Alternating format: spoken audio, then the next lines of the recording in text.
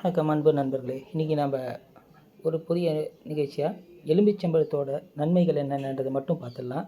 இந்த எலும்பிச்சம்பழத்தில் citric acid அதிகமாக இருக்குது.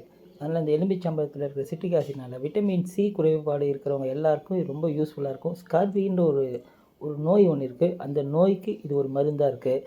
இதை சாப்பிடும்போது பசி அதிகமாக தூண்டும். நம்ம சதெல்லாம் நல்லா இறுக்கமாகும், ஜீரண சக்தி அதிகமாகும், வயிற்று வலி போகும், வாந்தி வராமல் இருக்குன்னா இதெல்லாம் யூஸ்ஃபுல்லாக இருக்கும்.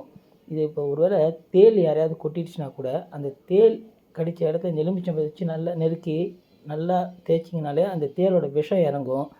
இது தலைக்கு தேய்ச்சி குளிக்கும்போது நம்ம உடம்புல இருக்கிற உஷ்ணம் இறங்கும், பித்தம் தணியும். அதே மாதிரி நமக்கு நகைச்சுத்துன்னு சொல்லுவாங்க. அந்த மாதிரி இருக்கும்போது இது உள்ளே விட்டுட்டிங்கனாலே இதோட சிட்ரிக் ஆசிட்னால இந்த கிருமிகளும் சாகும், வலியும் கம்மியாகும். இந்த எலும்பிச்சம்பழ சாற்றில் கொஞ்சம் தேனை கலந்து குடிச்சிங்கன்னா இரும்பலாக இருக்கிறவங்களுக்கு அது நல்ல மருந்தாக இருக்கும். இதில் மோர் சில பேர் கலந்து குடிப்பாங்க. அது மோரில் கலந்து குடிக்கும்போது நம்ம ரத்த அழுத்தம், ப்ளட் ப்ரெஷர்ஸ் அதெல்லாம் க்ளீன் ஆகிடும்.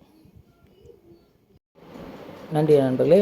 இந்த மாதிரி இந்த எலுமிச்சம்பழத்தினால என்னென்ன பலன்கள்ன்றதை இன்றைக்கி பார்த்தா மாதிரி இதே மாதிரி ஒவ்வொரு நாளைக்கும் ஒவ்வொரு பழத்தில் இருக்கிற நல்லது சகலத்தையும் உங்களுக்கு நாங்கள் தினந்தோறும் சொல்லிட்டு வரோம். இதனால் நம்ம உடல் ஆரோக்கியமாக வச்சுக்கலாம். அதிகமாக இந்த மாதிரி நல்ல நிகழ்ச்சிகளை நீங்கள் பார்க்கறதுக்கு மறக்காமல் சப்ஸ்கிரைப் பண்ணுங்கள், லைக் பண்ணுங்கள், ஷேர் பண்ணுங்கள். இது உங்களுக்கு ரொம்ப உதவியாக இருக்கும். இந்த எலும்பிச்சம்பழத்தில் இருக்கிற பலன்கள் மாதிரி பல பழங்களில் இருக்கிற என்னென்ன நன்மைகள், இதில் என்னென்ன நோய்கள் தீருன்றது தினந்தோறும் உங்களுக்கு ஒரு வீடியோவாக போட்டுகிட்டே இருக்கும்.